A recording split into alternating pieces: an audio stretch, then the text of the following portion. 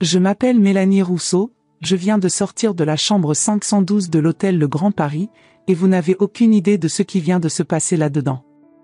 Je tremble, pas de peur, mais d'une adrénaline que je n'avais pas ressentie depuis des décennies. Mon cœur bat la chamade et mon esprit n'arrive toujours pas à traiter complètement ce que j'ai fait. Il y a 2 heures, j'étais dans la chambre 510, collé contre le mur, écoutant chaque gémissement, chaque murmure, chaque mouvement du lit où mon mari Antoine faisait sauvagement l'amour avec une femme de 19 ans ma cadette. Mais ce n'était pas le plus choquant de la soirée. Le plus choquant, c'est ce qui s'est passé quand j'ai frappé à la porte de la chambre 514 et que j'ai rencontré Julien, un homme de 38 ans aux yeux verts pénétrants et au corps qui a fait frissonner toute ma peau. Il venait de découvrir que sa femme Sophie était dans la chambre d'accent grave côté en train de le tromper avec mon mari. Et savez-vous ce que nous avons fait? Nous deux, blessés, furieux et assoiffés de vengeance? Nous nous sommes regardés pendant 5 secondes dans un silence absolu et puis, disons que la chambre 512 n'a pas servi uniquement à parler de nos peines. Mais laissez-moi revenir au début, parce que vous devez comprendre comment une femme de 54 ans, mariée depuis 28 ans, mère de 2 enfants, en est arrivée à ce point. Comment j'ai découvert la trahison, comment j'ai suivi mon mari jusqu'à Paris et comment tout s'est transformé en une nuit que je n'aurais jamais imaginé être capable de vivre. Tout a commencé mardi dernier, quand je suis rentré plus tôt de mon travail à l'agence de tourisme de Lyon. Antoine était sous la douche et son portable sonnait avec insistance sur la table de chevet. Normalement, je n'aurais jamais touché à son téléphone, mais il sonnait depuis 5 minutes d'affilée et j'ai pensé que ça pouvait être quelque chose d'urgent du travail. Quand j'ai pris l'appareil pour répondre, l'écran affichait un message qui a fait s'écrouler mon monde. Antoine, j'ai hâte d'être à vendredi. J'ai déjà réservé notre suite préférée. Je t'aime, Sophie. Ma première réaction a été l'incrédulité totale. Sophie? Quelle Sophie? Mon mari ne connaissait aucune Sophie. Du moins, c'est ce que je croyais jusqu'à ce moment-là. Les mains tremblant de façon incontrôlable, j'ai ouvert les conversations précédentes entre eux. Ce que j'ai vu m'a fait m'asseoir lourdement sur le lit. Il y avait des messages intimes, des photos que je préfère ne pas décrire, des déclarations d'amour et des plans détaillés pour des rendez-vous dans des hôtels. La conversation la plus ancienne que j'ai pu trouver datait d'il y a 8 mois. 8 mois. Mon mari avait une liaison depuis 8 mois et je n'avais absolument rien remarqué. Je suis restée assise là, tenant toujours le téléphone, tandis que j'entendais le bruit de la douche dans la salle de bain. Antoine fredonnait une chanson que je ne reconnaissais pas, probablement quelque chose que Sophie aimait. Comment ai-je pu être si aveugle? Comment n'ai-je pas remarqué les sorties supplémentaires, les dîners d'affaires qui se prolongeaient tard, les nouvelles habitudes sous la douche, la nouvelle eau de Cologne qu'il avait commencé à utiliser? Quand j'ai entendu le bruit de la douche s'arrêter, j'ai rapidement effacé la conversation de l'écran et remis le téléphone à sa place.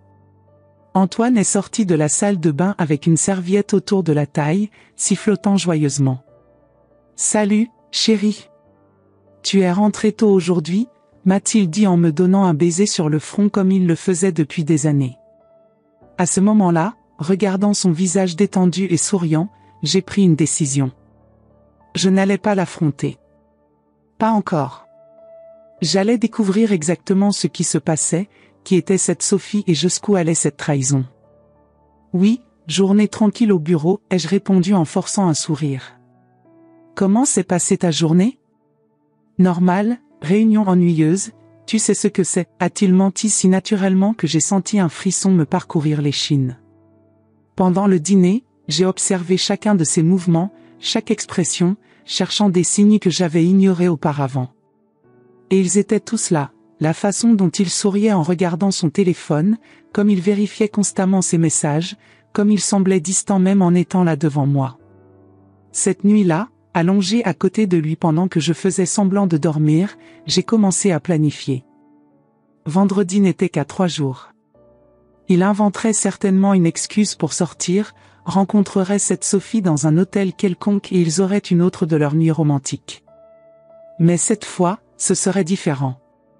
Cette fois, j'y serais. Le mercredi, Quand Antoine est parti au travail, j'ai appelé l'agence de tourisme pour dire que j'avais besoin de quelques jours de congé pour des raisons personnelles. Ma patronne, Madame Laurent, a remarqué quelque chose d'étrange dans ma voix mais n'a pas posé de questions. J'ai passé toute la journée à chercher des indices dans son ordinateur, dans les tiroirs, partout où je pouvais obtenir plus d'informations sur Sophie. J'ai trouvé quelques reçus de restaurants parisiens qu'il avait cachés, des justificatifs de cadeaux coûteux qu'il ne m'avait jamais offerts, et même un second compte bancaire que j'ignorais complètement. Antoine menait une double vie depuis des mois, peut-être des années, et j'avais été l'épouse idiote qui croyait à chaque mensonge. Le mercredi soir, j'ai décidé de mener ma propre enquête. J'ai fouillé plus profondément dans ses affaires pendant qu'il dormait. Dans la poche intérieure de sa veste de costume, celle qu'il ne portait que pour les occasions spéciales, j'ai trouvé un petit carnet avec des notes cryptées. Des initiales, des dates, des codes qui n'avaient de sens que pour lui. En examinant attentivement ces notes, j'ai commencé à déchiffrer un schéma. Les dates correspondaient à ses soi-disant voyages d'affaires, ses retards inexpliqués, ses week-ends mystérieux. Ma vie entière avec cet homme était une farce soigneusement orchestrée. Le jeudi matin, j'ai pris une décision qui m'a surprise moi-même. Au lieu de continuer à fouiller comme une détective amateur, j'ai décidé d'agir avec intelligence et stratégie. J'ai contacté un ami qui travaillait dans le secteur hôtelier à Paris, Jean-Marc, un ancien client de l'agence devenu ami au fil des années. « Jean-Marc, j'ai besoin d'un service discret », lui ai-je dit au téléphone. « Peux-tu vérifier les réservations dans les grands hôtels parisiens pour ce week-end ? Je cherche une réservation au nom de Sophie Moreau ou Antoine Rousseau. » Il a accepté sans poser de questions indiscrètes, comprenant qu'il s'agissait de quelque chose de personnel et délicat. Dans l'après-midi, il m'a rappelé avec les informations. « Mélanie, j'ai trouvé. Hôtel Le Grand Paris, suite 510, réservé au nom de Sophie Moreau et Antoine Rousseau pour vendredi et samedi soir. Check-in prévu à 15h. » Mon cœur s'est serré, mais paradoxalement, j'ai aussi ressenti un soulagement. Enfin, j'avais des faits concrets, une preuve irréfutable. Plus de doutes, plus de soupçons, juste la vérité brute et douloureuse. Merci, Jean-Marc. Tu peux aussi me réserver une chambre dans le même hôtel ? Même étage si possible, pour la même période ? Bien sûr, Mélanie. Tout va bien ? Ça va aller, ai-je répondu, et pour la première fois depuis mardi, j'ai senti que c'était vrai. Le jeudi soir, comme prévu, Antoine est venu avec son excuse, « Chérie, je dois aller à Paris demain matin tôt. Réunion importante avec un client, je ne rentre que samedi. » D'accord, ai-je répondu calmement, bonne chance pour la réunion. Il a semblé surpris par ma tranquillité, mais n'a pas questionné davantage. Si seulement il savait qu'à ce moment-là, j'avais déjà mon billet de TGV et ma réservation d'hôtel. Cette nuit-là, j'ai à peine dormi. Mon esprit oscillait entre colère, tristesse et une étrange excitation. Pour la première fois en des années, j'allais prendre le contrôle de ma propre vie, même si je ne savais pas encore exactement ce que j'allais faire avec cette information. Le vendredi matin, après le départ d'Antoine, j'ai préparé ma petite valise avec un soin méticuleux. J'ai choisi mes vêtements les plus élégants, ma robe noire qui me va si bien, mes escarpins en cuir italien, mon parfum préféré que je ne portais plus que rarement. Si j'allais confronter ma réalité, autant le faire avec style et dignité. Dans le train vers Paris, j'ai observé le paysage français défiler par la fenêtre et j'ai réfléchi à ma vie. 28 ans de mariage, 2 enfants élevés avec amour, une carrière stable, une maison confortable à Lyon. De l'extérieur, j'avais tout ce qu'une femme de mon âge était censée vouloir. Mais quand avais-je cessé d'être heureuse ?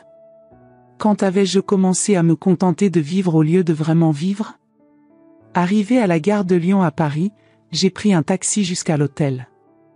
Le chauffeur, un homme âgé aux cheveux gris, a tenté quelques conversations polies, mais j'étais trop absorbé par mes pensées pour répondre plus que par des monosyllabes. L'hôtel Le Grand Paris était aussi luxueux que je l'avais imaginé. Le hall d'entrée en marbre, les lustres en cristal, le personnel impeccablement habillé, tout respirait l'élégance et le raffinement. Le genre d'endroit où Antoine emmenait sa maîtresse pour leurs escapades romantiques, alors qu'il m'emmenait dans des restaurants de quartier pour nos rares sorties. À la réception, j'ai donné mon nom d'emprunt, Mélanie Dubois, et on m'a remis la clé de la chambre 512. 3e étage, même étage que la suite 510 où mon mari allait bientôt arriver avec sa Sophie. En montant dans l'ascenseur, j'ai senti mes mains trembler légèrement. Pas de peur, mais d'anticipation. J'étais sur le point de voir ma vie se transformer, d'une manière ou d'une autre. La chambre 512 était spacieuse et confortable, avec une vue sur les toits de Paris. J'ai posé ma valise, vérifié ma montre, 14h30, et me suis installé près de la fenêtre pour attendre. Jean-Marc m'avait dit que leur check-in était prévu pour 15h. À 15h15 exactement, j'ai entendu des voix dans le couloir. Mon cœur a bondi. J'ai entrouvert ma porte et j'ai épié discrètement. C'était bien eux. Antoine, mon mari de 28 ans, marchait main dans la main avec une femme blonde, élégante, visiblement plus jeune que moi. Elle portait un manteau beige chic et des talons hauts qui claquaient sur le sol marbré du couloir. Ses cheveux étaient parfaitement coiffés, son maquillage impeccable. Elle était indéniablement belle, et je comprenais pourquoi Antoine était attiré par elle. Mais ce qui m'a le plus frappé, c'est la façon dont ils se regardaient, dont ils riaient ensemble. Il y avait une complicité, une intimité entre eux que nous n'avions plus, Antoine et moi, depuis des années. Ils semblaient vraiment amoureux, pas seulement attirés physiquement l'un par l'autre. Ils sont entrés dans la suite 510 en riant comme des adolescents. J'ai refermé ma porte et me suis adossé contre elle, le cœur battant. Maintenant que je les avais vus ensemble, la réalité de leur relation m'a frappé de plein fouet. Ce n'était pas juste une aventure physique, c'était un véritable couple parallèle. 1 heure s'est écoulée dans un silence relatif. J'entendais parfois des murmures, des rires étouffés, des bruits de pas. Ils semblaient s'installer, peut-être partager un verre de champagne, se préparer pour leur soirée romantique. Puis, vers 16h30, les sons ont commencé. Et moi, Mélanie Rousseau, femme respectable, mère de famille, je me suis retrouvée collée contre le mur comme une adolescente curieuse, écoutant mon mari faire l'amour à une autre femme. Les gémissements de Sophie étaient particulièrement audibles, et je me suis demandé si elle le faisait exprès, sachant peut-être que d'autres clients pouvaient entendre. Ou peut-être était-elle simplement plus expressive que moi, plus passionnée, plus vivante. Écouter ces sons intimes a déclenché en moi un mélange complexe d'émotions. Colère, évidemment. Humiliation. Mais aussi, de façon surprenante, une sorte de réveil de ma propre sensualité. Depuis combien de temps Antoine et moi n'avions-nous pas fait l'amour avec cette passion, cette intensité? C'est à ce moment-là, dans cet état émotionnel complexe, que j'ai entendu un bruit dans le couloir. Des pas lents, hésitants, puis le son de quelqu'un s'arrêtant devant une porte proche. Curiosité oblige, j'ai entrouvert ma porte une fois de plus et j'ai vu un homme debout devant la chambre 514, une clé à la main, mais l'air hésitant à entrer. Il était grand, élégant, avec des cheveux châtains légèrement grisonnants et portait un costume sombre impeccable. Il semblait aussi troublé que moi, et j'ai compris instinctivement qu'il était dans une situation similaire à la mienne. C'est alors que j'ai pris la décision la plus impulsive de ma vie. Au lieu de rester caché dans ma chambre comme une victime passive, j'ai décidé d'agir.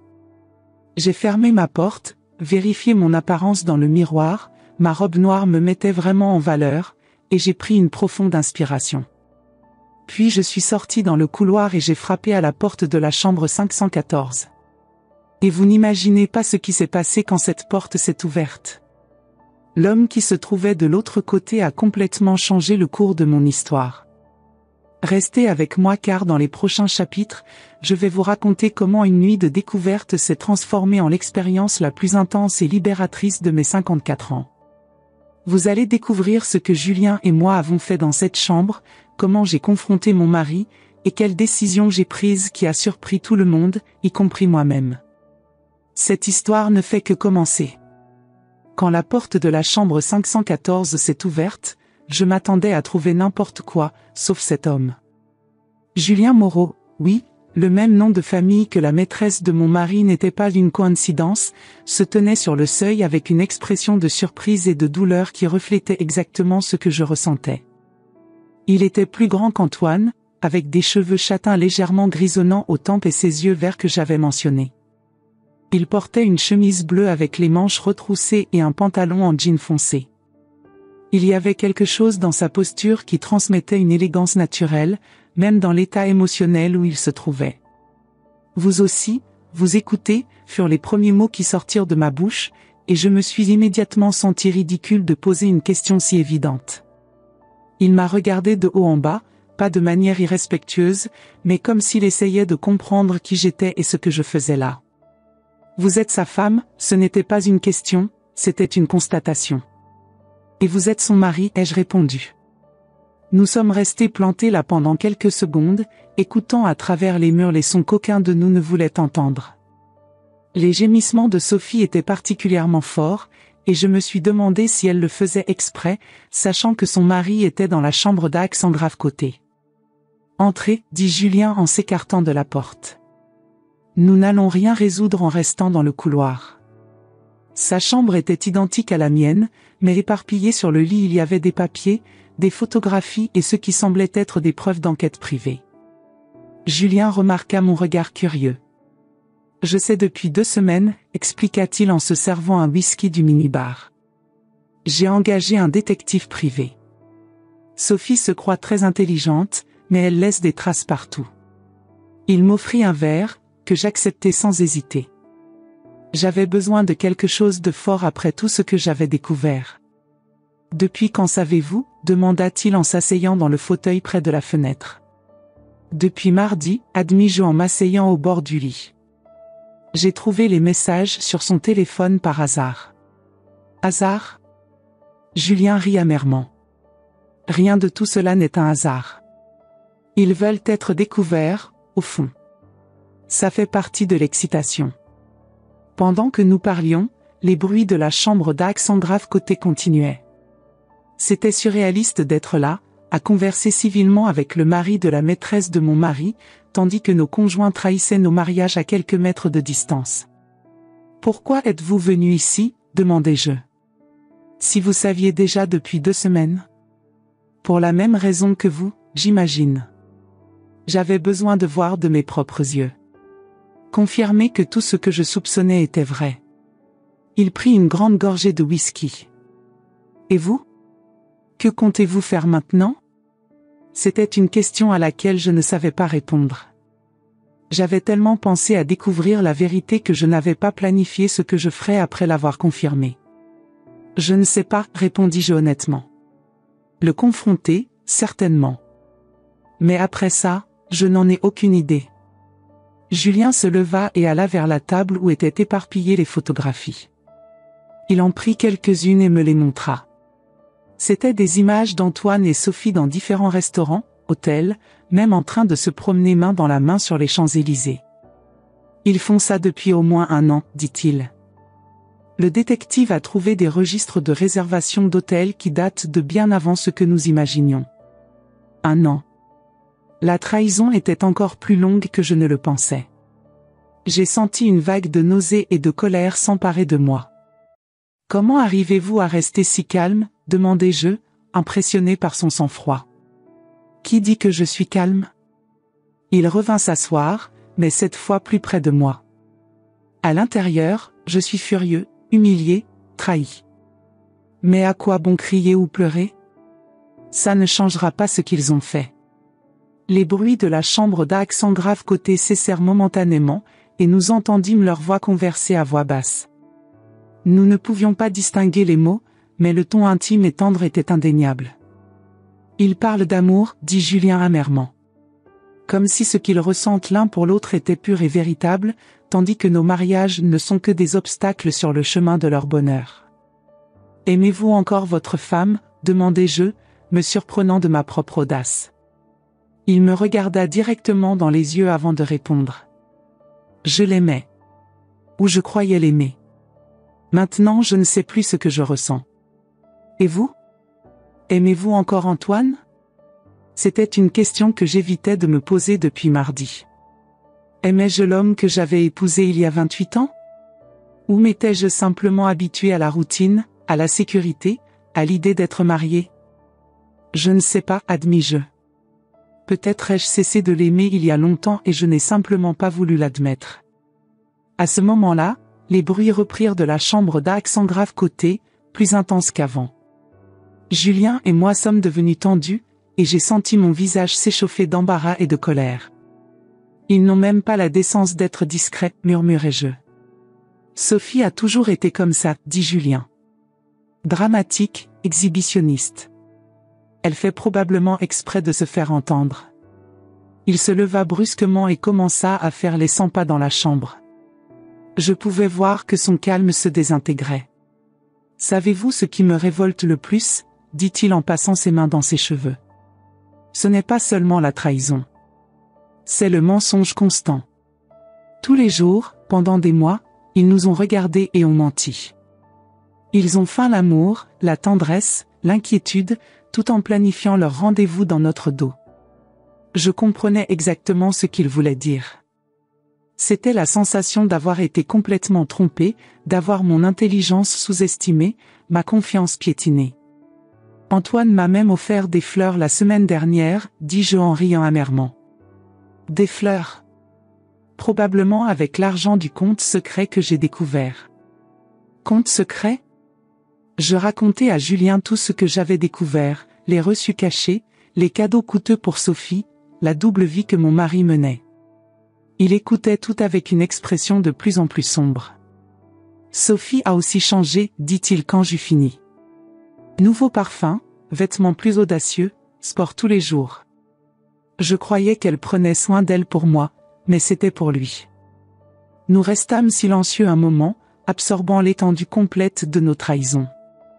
Ce n'étaient pas seulement des aventures passagères, c'étaient des relations complètes, avec des sentiments, de la planification, une vie propre. En fait, pendant que j'observais Julien dans ses allées et venues nerveuses, je commençais à remarquer des détails sur lui que je n'avais pas saisis initialement. Sa façon de bouger avec grâce malgré sa frustration, ses mains expressives quand il parlait, la ligne ferme de sa mâchoire quand il serrait les dents de colère. Il était indéniablement séduisant, d'une manière très différente d'Antoine. « Depuis combien de temps êtes-vous mariés ?» demandai-je, cherchant à mieux comprendre sa situation. 12 ans, répondit-il en s'arrêtant près de la fenêtre. Sophie avait 23 ans quand nous nous sommes mariés, j'en avais 26. J'étais complètement fou d'elle, sa spontanéité, sa joie de vivre, son énergie. Maintenant je me rends compte que ce que je prenais pour de la spontanéité était en fait de l'imprudence, et que sa joie de vivre signifiait qu'elle avait toujours besoin de nouvelles stimulations. Il y avait une tristesse profonde dans sa voix qui me touchait. Malgré sa colère évidente, je pouvais voir qu'il était profondément blessé. « Et Antoine et vous ?» demanda-t-il. 28 ans en septembre prochain, dis-je avec ironie. Nous nous sommes rencontrés à l'université. Il étudiait l'ingénierie, moi les langues. Il était stable, fiable, prévisible. Exactement ce que mes parents pensaient qu'il me fallait après une adolescence un peu mouvementée. Mouvementée? Je souris malgré moi. Disons que j'étais le genre de fille qui sortait avec des musiciens et des artistes, qui voyageait en autostop, qui rêvait de voir le monde. Antoine représentait la sécurité, le mariage respectable, l'avenir assuré. Et vous avez renoncé à vos rêves? La question me frappa comme une gifle. Quand avais-je cessé de rêver de voyage, d'aventure, de passion? Quand m'étais-je contenté de la routine lyonnaise, des vacances prévisibles, de la vie sage et ordonnée? Je suppose que oui, admis-je. Petit à petit, sans m'en rendre compte. D'abord les enfants, puis la carrière d'Antoine qui prenait de plus en plus de place, les responsabilités familiales. Un jour je me suis réveillé et j'avais 54 ans avec une vie que je ne reconnaissais plus comme étant la mienne. Les bruits de la chambre d'accent grave côté recommencèrent, nous rappelant brutalement pourquoi nous étions là. Cette fois, j'entendis clairement la voix d'Antoine murmurer des mots tendres que je ne l'avais pas entendu prononcer depuis des années. « Écoutez ça, dit Julien amèrement. Il lui dit probablement tout ce qu'elle veut entendre. Promesse d'amour éternel, projet d'avenir ensemble. Comment savez-vous? Parce que c'est exactement ce que Sophie me disait au début de notre mariage. Et maintenant, je suis sûre qu'elle dit la même chose à votre mari. Cette pensée me glaça le sang. Sophie utilisait-elle les mêmes mots tendres, les mêmes promesses avec Antoine qu'elle avait utilisées avec Julien? Étions-nous tous interchangeables dans leur jeu émotionnel? Que allons-nous faire? Demandai-je finalement. Julien arrêta de marcher et me regarda avec une intensité qui fit accélérer mon cœur. Voulez-vous savoir ce que j'ai envie de faire? Dit-il en s'approchant de l'endroit où j'étais assise. Quoi? Leur montrer que deux peuvent jouer à ce jeu-là. Il y avait quelque chose dans ses yeux, un mélange de colère, de désir et de désespoir que je reconnaissais parce que je ressentais la même chose. Nous étions deux adultes blessés, trahis, humiliés, cherchant un moyen de récupérer notre dignité. Julien. Commençai-je, mais il s'assit à côté de moi sur le lit, si près que je pouvais sentir la chaleur de son corps. Mélanie, dit-il mon prénom pour la première fois, et la façon dont il sonna dans sa voix fit quelque chose frémir en moi. Depuis combien de temps ne vous êtes-vous pas senti désiré? Vraiment désiré? La question me frappa comme un coup de poing dans l'estomac. Je n'arrivais même pas à me rappeler la dernière fois qu'Antoine m'avait regardé avec un vrai désir, pas seulement comme une obligation conjugale. Très longtemps, admis-je à voix basse. Moi aussi, dit-il en levant la main pour toucher doucement mon visage. Sophie me traite comme un étranger depuis des mois. Comme si j'étais un meuble de la maison. Sa main était chaude contre ma peau, et je réalisais que je tremblais. Pas de peur, mais d'une excitation que je n'avais pas ressentie depuis des années. Nous ne devrions pas, tentai-je de protester, mais ma voix sortit faible, sans conviction. Pourquoi? Demanda-t-il en se rapprochant encore. À cause de nos vœux matrimoniaux? De notre morale? Ils ont déjà détruit tout ça.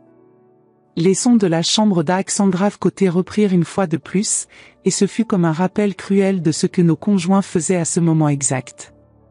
Julien avait raison. Pourquoi nous priver de quelque chose dont il ne se privait pas? Pourquoi maintenir une loyauté qui n'était pas réciproque? Vous savez, dit-il en caressant doucement ma joue, quand je vous ai vu dans le couloir tout à l'heure, j'ai pensé que vous étiez la femme la plus élégante que j'ai vue depuis longtemps. Cette robe noire vous va à ravir. Je sentis mes joues s'échauffer au compliment. Quand Antoine m'avait-il fait un compliment sincère pour la dernière fois? Quand avait-il remarqué ce que je portais, comment je me coiffais, l'effort que je faisais pour être belle? Merci, murmurai-je, me sentant soudain comme une adolescente timide. J'étais mariée depuis si longtemps que j'avais oublié ce que c'était que de regarder vraiment une femme, continua-t-il. De remarquer sa beauté, son élégance, sa façon de bouger. Sophie m'a rendu aveugle à tout ça. Ces paroles me touchaient profondément parce qu'elles exprimaient exactement ce que je ressentais. Antoine m'avait rendu invisible à mes propres yeux. Quand Julien se pencha pour m'embrasser, je ne résistais pas. Ses lèvres étaient douces, et le baiser avait une intensité désespérée qui parlait de moi de solitude, de rejet, de besoins non satisfaits. C'est alors que je réalisai que je pleurais. Des larmes silencieuses qui coulaient sur mon visage tandis que j'embrassais cet homme qui était presque un étranger, mais qui comprenait ma douleur mieux que quiconque au monde à ce moment-là. Tout va bien, murmura-t-il contre mes lèvres. Nous méritons ça. Nous méritons de nous sentir vivants à nouveau. Et pour la première fois depuis des années, je me sentais vraiment vivante. Ses mains trouvèrent ma taille, puis remontèrent doucement le long de mon dos. Chaque caresse était une question silencieuse, et ma réponse était dans la façon dont je me rapprochais de lui, dont je répondais à ses baisers avec une passion que j'avais crue morte. Mélanie, chuchota-t-il en embrassant mon cou, vous êtes magnifique. Pourquoi ne vous l'a-t-il jamais dit?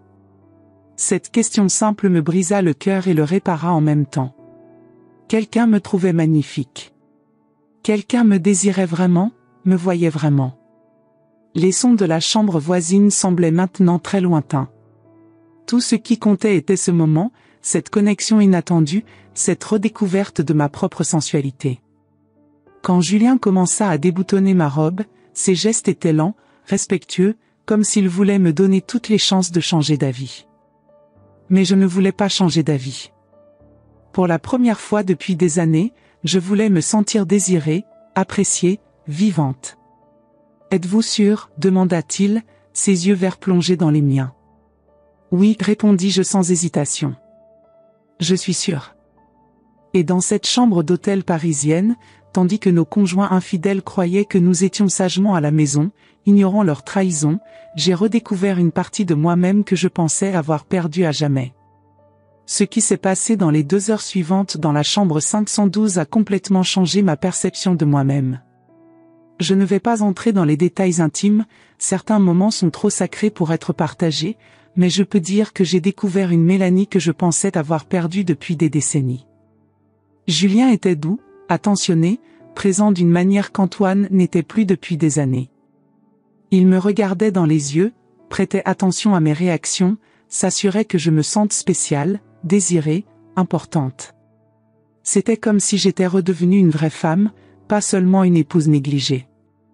Dans ses bras, j'ai redécouvert des sensations que j'avais oubliées. La façon dont ma peau frissonnait sous ses caresses, comment mon corps répondait à ses touches, le plaisir pur d'être vraiment vu et apprécié. C'était plus qu'une simple vengeance, c'était une renaissance. « Vous êtes extraordinaire », murmura-t-il en traçant des cercles paresseux sur mon bras nu. Comment a-t-il pu ne pas s'en rendre compte ? Peut-être l'ai-je oublié moi-même, répondis-je, surprise de la vérité de ces mots. Nous sommes restés allongés côte à côte en silence, écoutant nos respirations s'apaiser. La chambre d'Alexandra Côté s'était tue depuis longtemps, et j'imaginais qu'Antoine et Sophie dormaient paisiblement après leur après-midi de passion illicite. « Aucun regret ?» demanda Julien en traçant des cercles paresseux sur mon bras. « Aucun » répondis-je, et je fus surprise de réaliser que c'était vrai. « Et vous ?» ?»« Au contraire. Je me sens plus moi-même que depuis des mois. » Je regardai l'horloge sur la table de chevet. Il était presque 19 heures. Antoine et Sophie sortiraient probablement dîner bientôt, continuant leur fantasme romantique. « Que faisons-nous maintenant ?» demandai-je. Julien s'assit dans le lit, pensif. « Nous avons plusieurs options.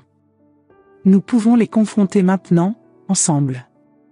Nous pouvons attendre et les confronter séparément à la maison. Ou nous pouvons les faire découvrir de la même manière que nous avons découvert. » L'idée était tentante. Il y avait une justice poétique à leur faire voir leur monde s'écrouler de la même façon que les nôtres s'étaient écroulés. Comment ? Julien prit son téléphone et me le montra. Sophie vérifie toujours ma localisation par GPS. Si elle regarde maintenant, elle verra que je suis dans le même hôtel qu'elle. Au même étage. Et Antoine a la manie de fouiller mon téléphone quand il pense que je ne le vois pas, ajoutai-je, comprenant où il voulait en venir. Alors nous laissons des indices. Photos, messages, preuves que nous savons tout et que nous ne sommes plus les victimes passives qu'il pense que nous sommes. L'idée était risquée, mais avait un attrait irrésistible. Il nous avait trompés pendant des mois, nous avait traités comme des imbéciles. Peut-être était-il temps de montrer qu'ils avaient sous-estimé notre intelligence. Faisons-le, décidai-je. Nous avons passé l'heure suivante à planifier notre révélation. Julien avait les photos que le détective privé avait prises, et j'avais des captures d'écran des messages entre Antoine et Sophie. Nous avons décidé de laisser des preuves stratégiques pour qu'ils découvrent graduellement, comme un puzzle cruel. Mais d'abord, nous voulions créer nos propres preuves. Julien suggéra que nous prenions quelques photos ensemble, rien d'explicite, mais suffisamment intime pour que le message soit clair. « Vous êtes sûr ?» demanda-t-il en préparant son téléphone. « Complètement » répondis-je en me rapprochant de lui. Nous avons pris plusieurs selfies ensemble. Dans la première, nous étions simplement assis côte à côte sur le lit, souriants et détendus. Dans la seconde, sa main était sur ma joue et nous nous regardions dans les yeux avec une intimité évidente. La troisième était prise juste après un baiser, nos fronts se touchant, nos yeux fermés dans un moment de pure tendresse. En regardant ces photos, j'ai réalisé à quel point nous avions l'air naturel ensemble. Il n'y avait rien de forcé ou d'artificiel, juste deux personnes qui s'étaient trouvées dans un moment de vulnérabilité partagée. Ils vont être choqués, dit Julien, semblant satisfait. Bien, répondis-je. Il est temps qu'ils goûtent un peu à ce qu'ils nous ont fait ressentir. Ensuite, Julien envoya un message à Sophie, « J'espère que tu t'amuses bien dans la chambre 510. Je suis au 512 si tu as besoin de parler de quelque chose. » De mon côté, j'ai laissé une de nos photos ensemble sur l'écran de mon téléphone, le selfie où nous nous regardions dans les yeux, visiblement intimes et heureux. Maintenant, nous attendons, dit Julien. Mais nous n'avons pas eu à attendre longtemps. À 20h30, comme prévu, nous avons entendu du mouvement dans la chambre d'accent grave côté. Voix basse, pas, la porte s'ouvrant et se fermant. Ils étaient sortis dîner. Maintenant, c'est notre tour, dit Julien. Nous nous sommes habillés avec soin. J'ai remis ma robe noire, mais cette fois, je me sentais différente en la portant. Plus confiante, plus sensuelle, plus vivante. Julien portait un costume sombre impeccable qui soulignait sa silhouette élégante. « Vous êtes magnifique, dit-il en m'offrant son bras. »« Vous n'êtes pas mal non plus, répondis-je avec un sourire qui se sentait naturel pour la première fois depuis des années. Nous sommes descendus au restaurant de l'hôtel. J'avais suggéré d'aller ailleurs, mais Julien avait insisté pour que nous restions. « Je veux qu'il nous voie, avait-il dit. Je veux qu'il comprenne que nous ne nous cachons pas. » Nous avons choisi une table stratégique, d'où nous pouvions voir toute l'entrée, et avons commandé une bouteille du meilleur champagne français. L'ironie n'échappait à personne, nous célébrions la fin de nos mariages respectifs avec style. Un toast, dit Julien en levant sa coupe. Au nouveau commencement. À découvrir qui nous sommes vraiment, répondis-je en trinquant avec lui. Le restaurant était élégant, avec des nappes blanches immaculées, des bougies sur chaque table et un pianiste qui jouait doucement dans un coin. C'était exactement le genre d'endroit où Antoine aurait dû m'emmener pour nos anniversaires, mais où il ne m'avait jamais emmené. « Racontez-moi quelque chose sur vous que Sophie ne sait pas, demandai-je en sirotant mon champagne.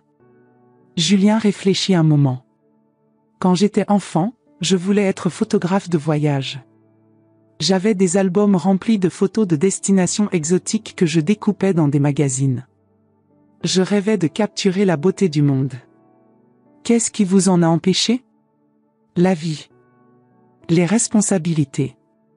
Sophie trouvait que c'était un rêve d'enfant, pas un vrai métier. Elle préférait la sécurité de mon travail en consultation. Et maintenant? Le rêve est-il encore là? Il sourit. Vous savez quoi? Oui.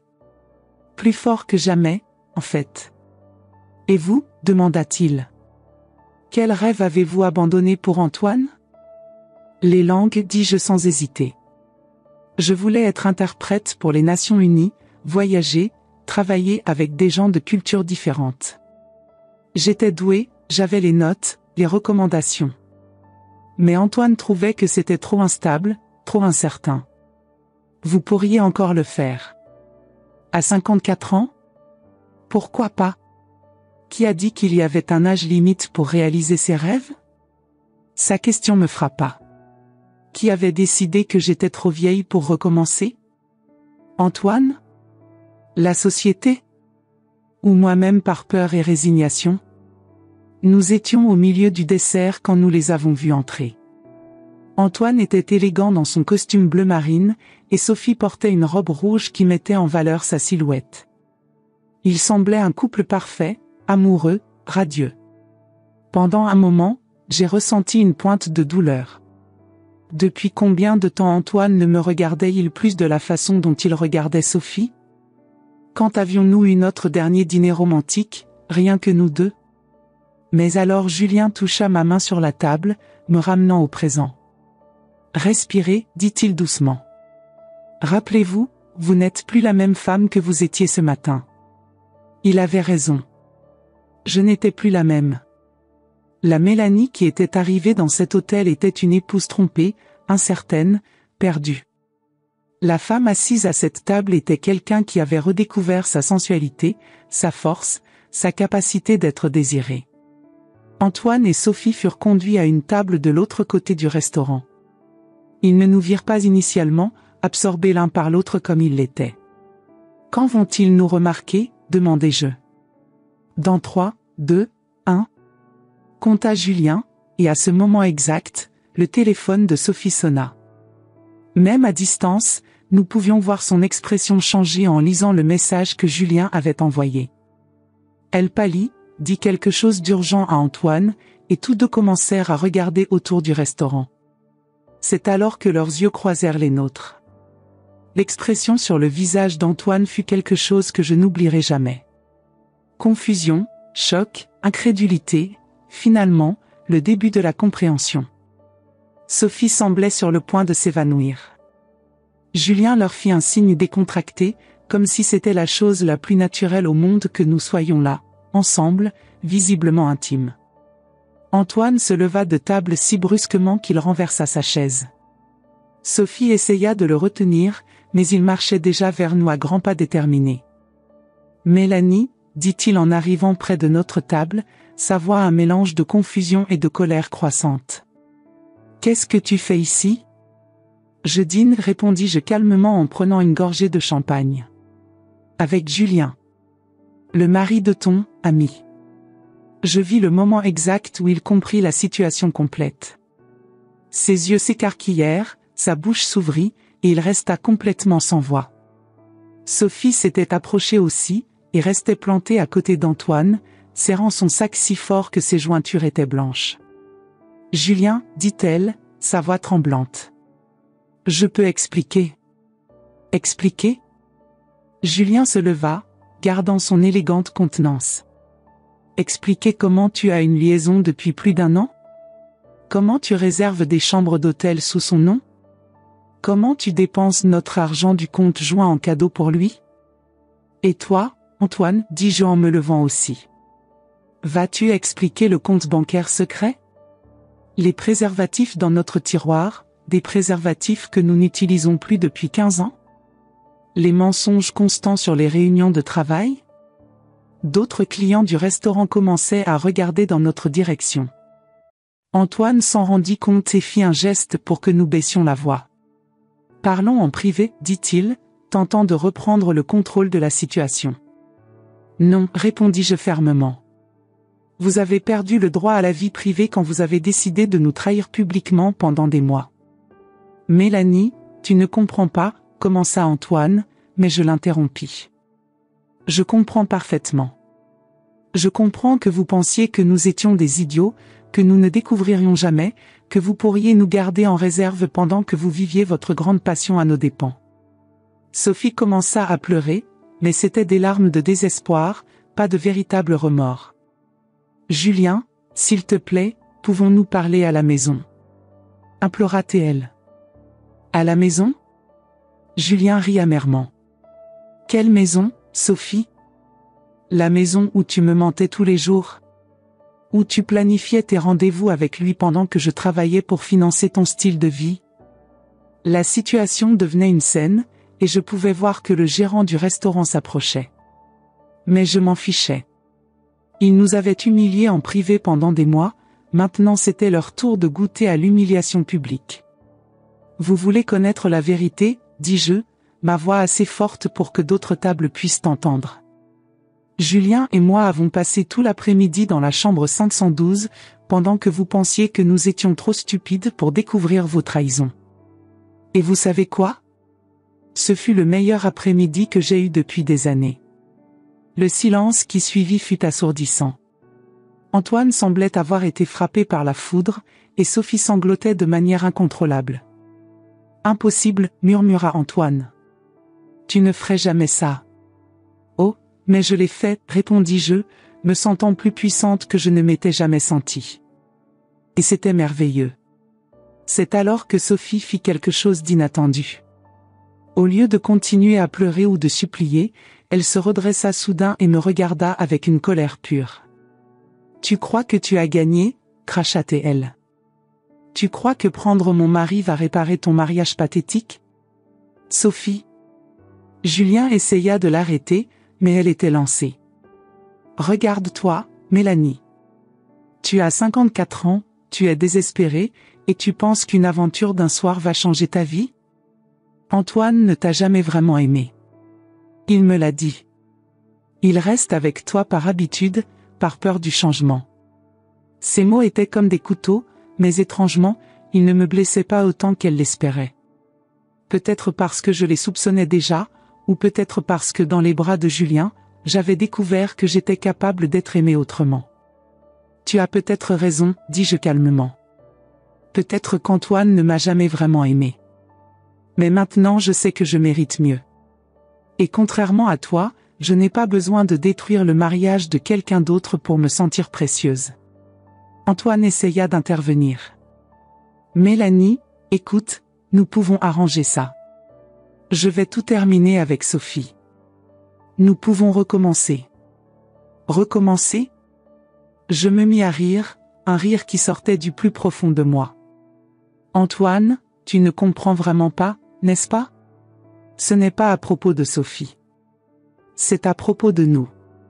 De ce que nous sommes devenus. De ce que nous n'avons jamais vraiment été. Qu'est-ce que tu veux dire? Je veux dire que cet après-midi, avec Julien, j'ai redécouvert qui j'étais vraiment. Pas ta femme, pas la mère de tes enfants, pas la gardienne de ta maison. Moi. Mélanie. Et cette femme mérite plus que des miettes d'affection et des mensonges constants. Le gérant du restaurant était maintenant à côté de nous, l'air mal à l'aise mais déterminé. Mesdames, messieurs, je vais devoir vous demander de continuer cette conversation ailleurs. Vous dérangez nos autres clients. Bien sûr, dit Julien avec dignité. Nous partons. Il laissa de l'argent sur la table, bien plus que nécessaire pour couvrir l'addition, et m'offrit son bras. Mélanie, dit Antoine désespérément. S'il te plaît, ne pars pas comme ça. Nous devons parler. Nous avons parlé, Antoine. Pendant 28 ans. Le problème, c'est que tu ne m'écoutais pas.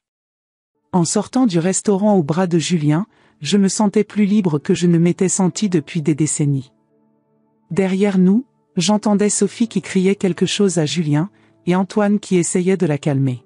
« Ça va ?» demanda Julien quand nous fûmes dans le hall de l'hôtel.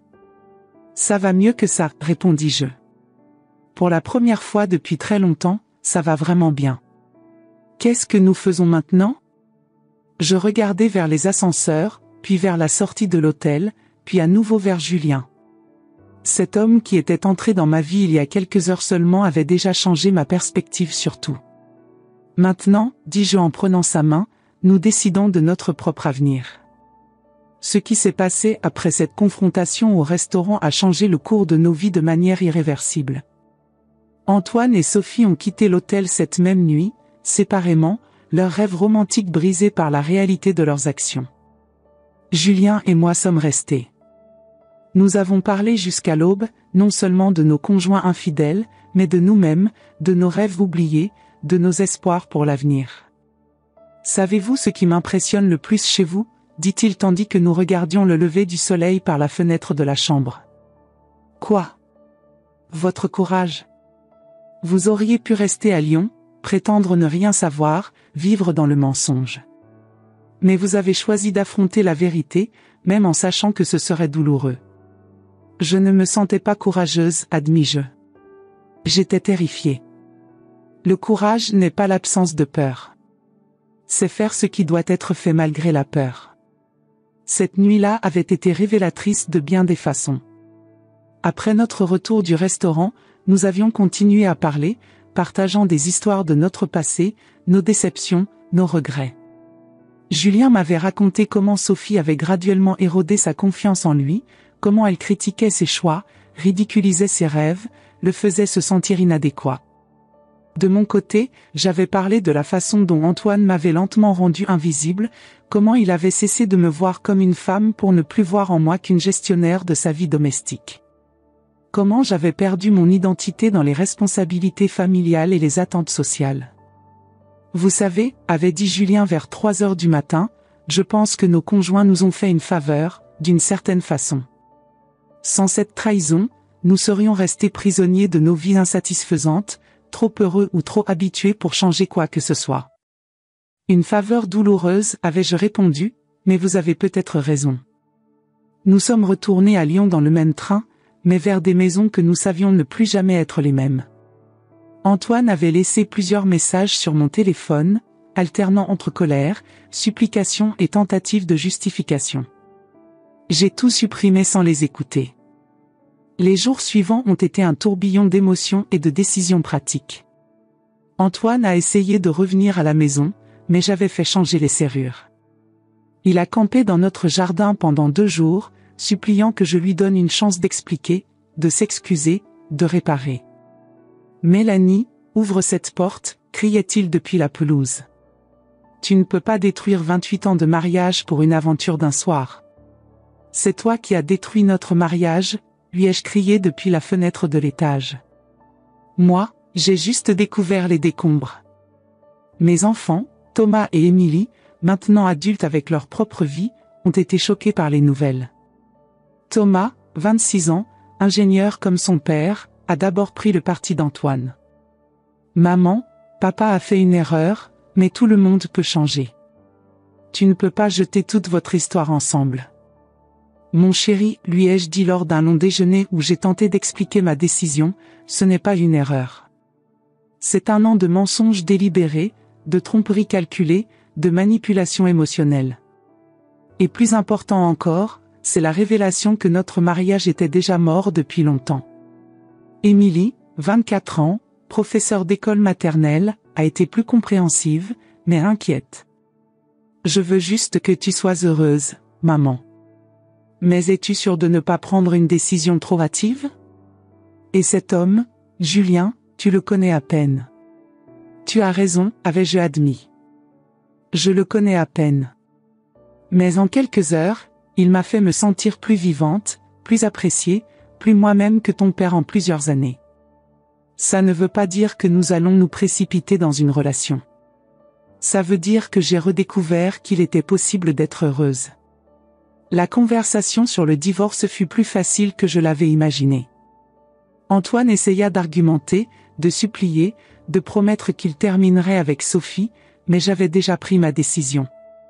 La trahison n'avait été que le catalyseur, le vrai problème était que nous avions cessé d'être un couple depuis longtemps, nous n'avions simplement pas eu le courage de l'admettre. « Tu as changé », me dit-il lors d'une de nos dernières conversations sérieuses, dans le bureau de mon avocat. « Je n'ai pas changé, répondis-je. J'ai simplement retrouvé qui j'étais avant de me perdre dans le rôle d'épouse négligée. » Et cet homme ? Julien ? Julien m'a aidé à me souvenir que j'étais capable d'être aimée, respectée, désirée. Quelque chose que tu avais cessé de faire depuis très longtemps. Le processus de divorce a pris 6 mois. Nous avons divisé les biens moitié-moitié, et j'ai réussi à garder la maison. Antoine préférait repartir de zéro, apparemment avec Sophie, bien qu'ils aient rompu et se soient remis ensemble plusieurs fois pendant cette période. Leur relation, découvris-je par des amis communs, était tumultueuse. Ce qui avait semblé passionnant quand c'était interdit devenait compliqué et difficile dans la réalité quotidienne. Sophie était jalouse de nos 28 ans d'histoire, Antoine se sentait coupable et confus, incapable de s'engager pleinement avec elle tout en étant incapable de revenir vers moi. « Il t'appelle encore ?» me demanda un jour notre amie commune, Isabelle, lors d'un déjeuner. « Parfois. Des messages pour me dire qu'il regrette, qu'il a fait une erreur, qu'il veut recommencer. Et rien. On ne peut pas recommencer à partir de mensonges et de trahisons. On peut seulement construire quelque chose de nouveau, avec quelqu'un d'autre. Julien et moi n'avons pas commencé une relation immédiatement. Nous avions besoin de guérir d'abord, de redécouvrir qui nous étions en tant qu'individus avant de devenir un couple. Mais nous gardions contact, nous soutenant mutuellement pendant les moments les plus difficiles du divorce. Il s'était aussi séparé de Sophie, mais son processus fut plus tumultueux que le mien. Sophie essaya tout, chantage émotionnel, menaces, elle tenta même de le reconquérir en prétendant être enceinte, ce qui s'avéra être un mensonge. Mais Julien avait changé autant que moi. L'homme que j'avais rencontré dans cet hôtel n'était plus le mari passif qui acceptait d'être négligé. Elle m'a appelé 53 fois hier, me dit-il un jour au téléphone, épuisé. Elle dit qu'elle va se tuer si je ne reviens pas. C'est du chantage émotionnel classique, répondis-je. Elle ne se tuera pas. Elle veut juste reprendre le contrôle. Comment faites-vous pour être si sûr? Parce que les gens qui menacent vraiment de se suicider ne l'annoncent pas comme un ultimatum. Et parce que Sophie est trop égocentrique pour vraiment vouloir mourir. Elle veut juste vous récupérer. J'avais raison. Sophie finit par accepter la réalité de notre séparation et commença à sortir avec d'autres hommes, apparemment en quête du prochain mariage à détruire.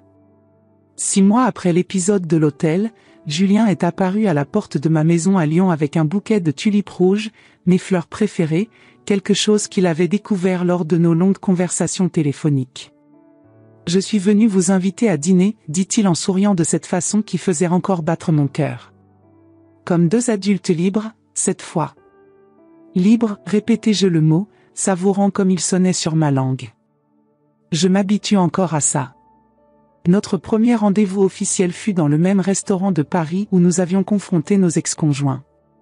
Cela peut sembler morbide, mais nous voulions redonner une nouvelle signification à cet endroit, le transformer d'un lieu de douleur en symbole de notre nouveau départ. Alors, Mélanie Rousseau, dit-il en levant son verre de vin. Parlez-moi de vos plans pour cette nouvelle vie. C'était une question que j'explorais moi-même. À 54 ans, pour la première fois depuis des décennies, j'avais une liberté totale pour choisir mon propre chemin. Je veux voyager, dis-je, me surprenant de la fermeté de ma voix. J'ai toujours rêvé de connaître l'Italie, la Grèce, peut-être même le Japon. Antoine disait toujours que c'était trop cher, trop compliqué. Et maintenant ? Maintenant j'ai ma part de l'argent du divorce et personne pour m'empêcher. Julien sourit. Et si je vous disais que moi aussi je veux voyager ? Que j'ai une entreprise de consultation qui me permet de travailler de n'importe où dans le monde ? Mon cœur fit un bond. Vous suggérez que nous voyagions ensemble ? Je suggère que nous y réfléchissions.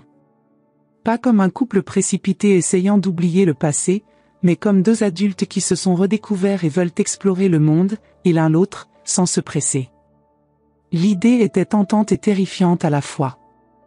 Mais si j'avais appris quelque chose au cours des derniers mois, c'était que la vie était trop courte pour des décisions basées sur la peur. Faisons-le, dis-je, et je vis ses yeux s'illuminer. Notre premier voyage fut en Toscane, 3 mois plus tard. Nous avons loué une petite villa près de Florence pour 2 semaines. C'était l'automne, et les vignobles dorés s'étendaient à perte de vue. C'est là que nous avons fait l'amour pour la 2e fois, 6 mois après ce premier après-midi à l'hôtel de Paris. Mais cette fois c'était différent, il n'y avait pas d'urgence désespérée, de colère ou de besoin de vengeance.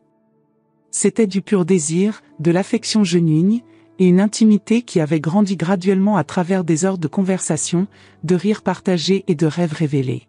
« Vous êtes incroyable », murmura-t-il tandis que nous étions allongés sur la terrasse de la villa, regardant le coucher de soleil peindre le ciel d'orange et de rose. « Je me sens incroyable », répondis-je, et c'était vrai. J'ai l'impression de vivre ma vie pour la première fois. À bien des égards, c'est le cas. Nous avons passé 2 ans à voyager ensemble. Nous avons connu les îles grecques, exploré les temples du Japon, fait un safari au Kenya, marché dans les montagnes de Patagonie. À chaque nouvelle destination, je découvrais des aspects de moi-même que j'avais oubliés ou dont je n'avais jamais su qu'ils existaient. À Santorin, j'ai appris la peinture à l'aquarelle. Au Japon, je suis tombée amoureuse de la cérémonie du thé. Au Kenya, j'ai découvert un courage que je ne savais pas posséder quand j'ai fait face à un rhinocéros pendant le safari. Julien était le compagnon parfait pour ces aventures. Il m'encourageait à essayer de nouvelles choses, mais respectait mes limites. Il était aventureux sans être imprudent, romantique sans être mièvre, présent sans être étouffant. « Vous rendez-vous compte, dit-il un soir tandis que nous dînions dans un restaurant au bord de mer à Mykonos, que nous sommes meilleurs ensemble que nous ne l'avons jamais été dans nos mariages précédents ? » C'était vrai. Avec Julien, j'étais plus courageuse, plus spontanée, plus moi-même. Et je voyais le même effet que j'avais sur lui, Il était plus détendu, plus confiant, plus disposé à s'ouvrir émotionnellement. Pensez-vous que nous devrions nous marier ? Demandai-je, nous surprenant tous les deux avec cette question. Julien faillit s'étouffer avec son vin. Voulez-vous vous marier ? Je ne sais pas, répondis-je honnêtement. Je me demande juste si c'est ce qu'on attend de nous, vous savez ? Deux adultes amoureux, voyageant ensemble dans le monde. Mélanie, dit-il en prenant ma main sur la table. Je ne veux rien faire parce que c'est attendu. J'ai déjà vécu toute une vie en faisant ce qu'on attendait de moi. Et vous ? Il avait raison. Je m'étais mariée avec Antoine à 26 ans parce que c'était ce qu'une femme de mon âge était censée faire. J'avais été une épouse dévouée parce que c'était ce qu'on attendait. J'étais restée silencieuse sur mon malheur parce que c'était ce que faisaient les femmes mariées. Alors ne nous marions pas, dis-je, ressentant un soulagement immédiat. Du moins pas encore, ajouta Julien en souriant. Je veux que vous soyez absolument certaine si et quand cela arrivera. Je veux que ce soit un choix libre, pas une attente sociale. C'est cette nuit-là que j'ai su que j'étais vraiment amoureuse de lui. Pas seulement de l'homme attirant et attentionné qu'il était, mais de la personne qu'il me permettait d'être quand j'étais avec lui.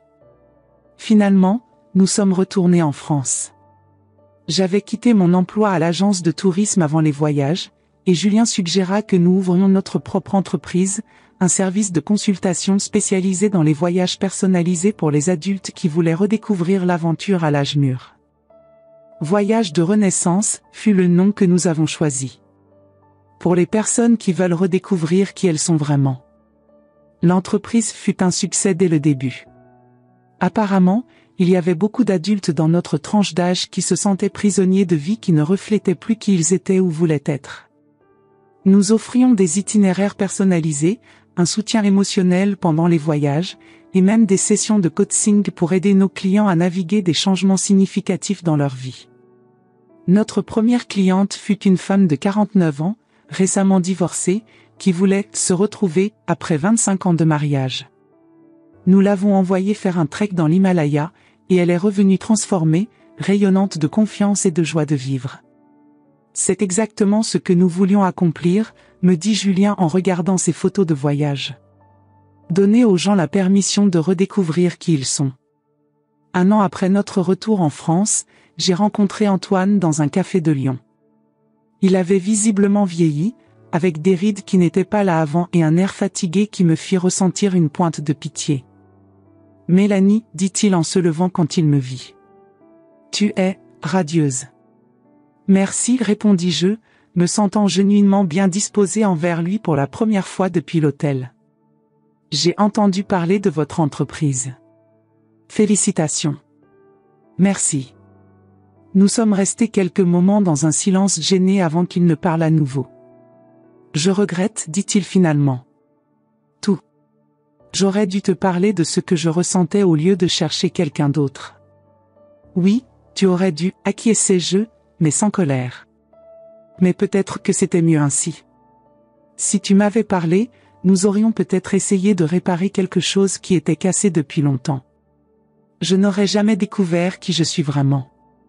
Et Sophie, demandai-je, plus par curiosité que par véritable intérêt. Nous avons définitivement rompu il y a 6 mois.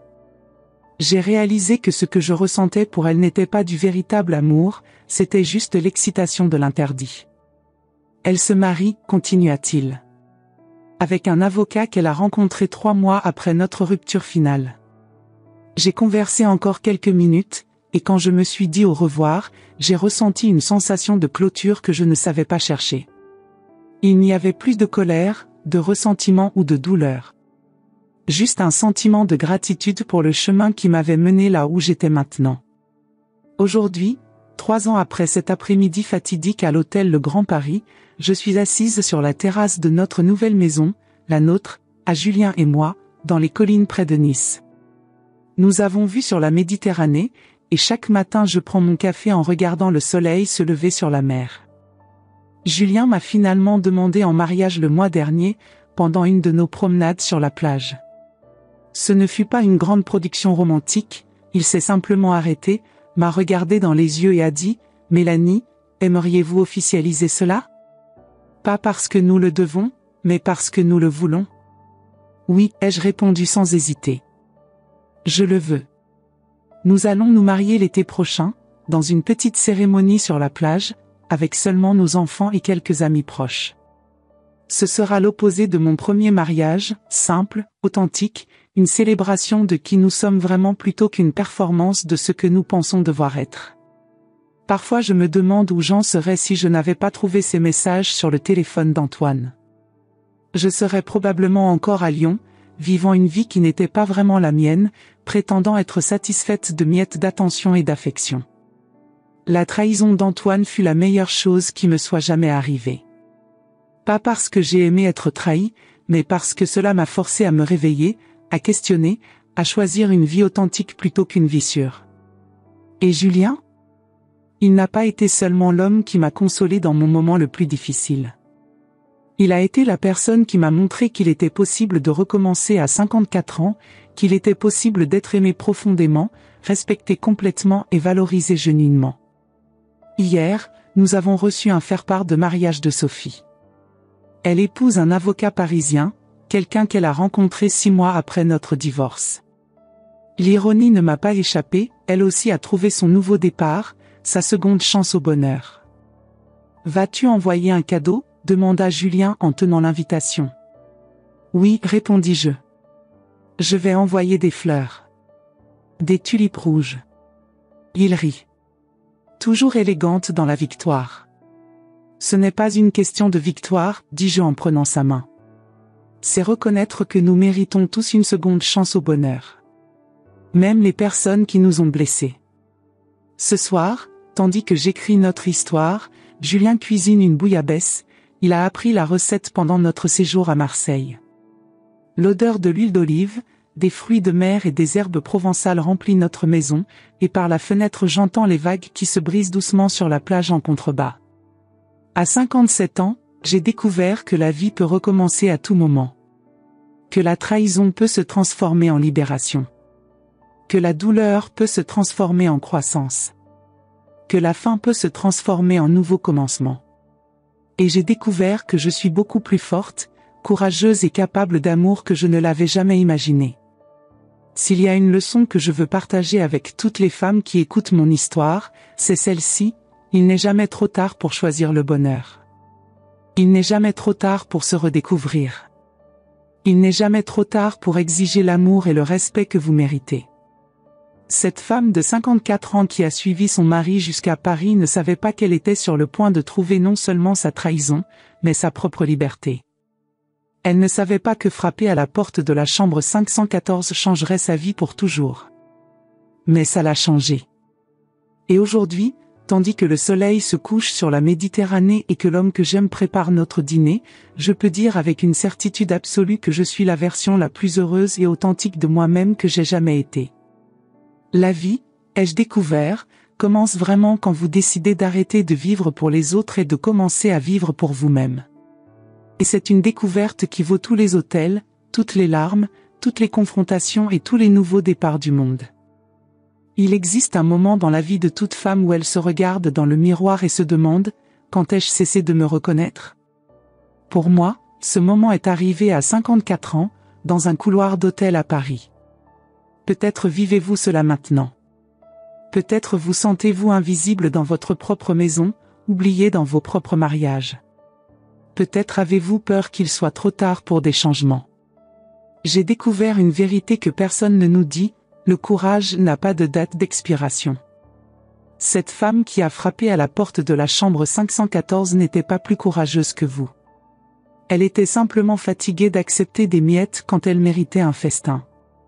Laissez ici dans les commentaires, qu'auriez-vous fait si vous aviez découvert ce que j'ai découvert? Auriez-vous eu le courage de choisir votre propre bonheur, même si cela signifiait recommencer? Vos histoires comptent. Vos douleurs et vos victoires méritent d'être partagées.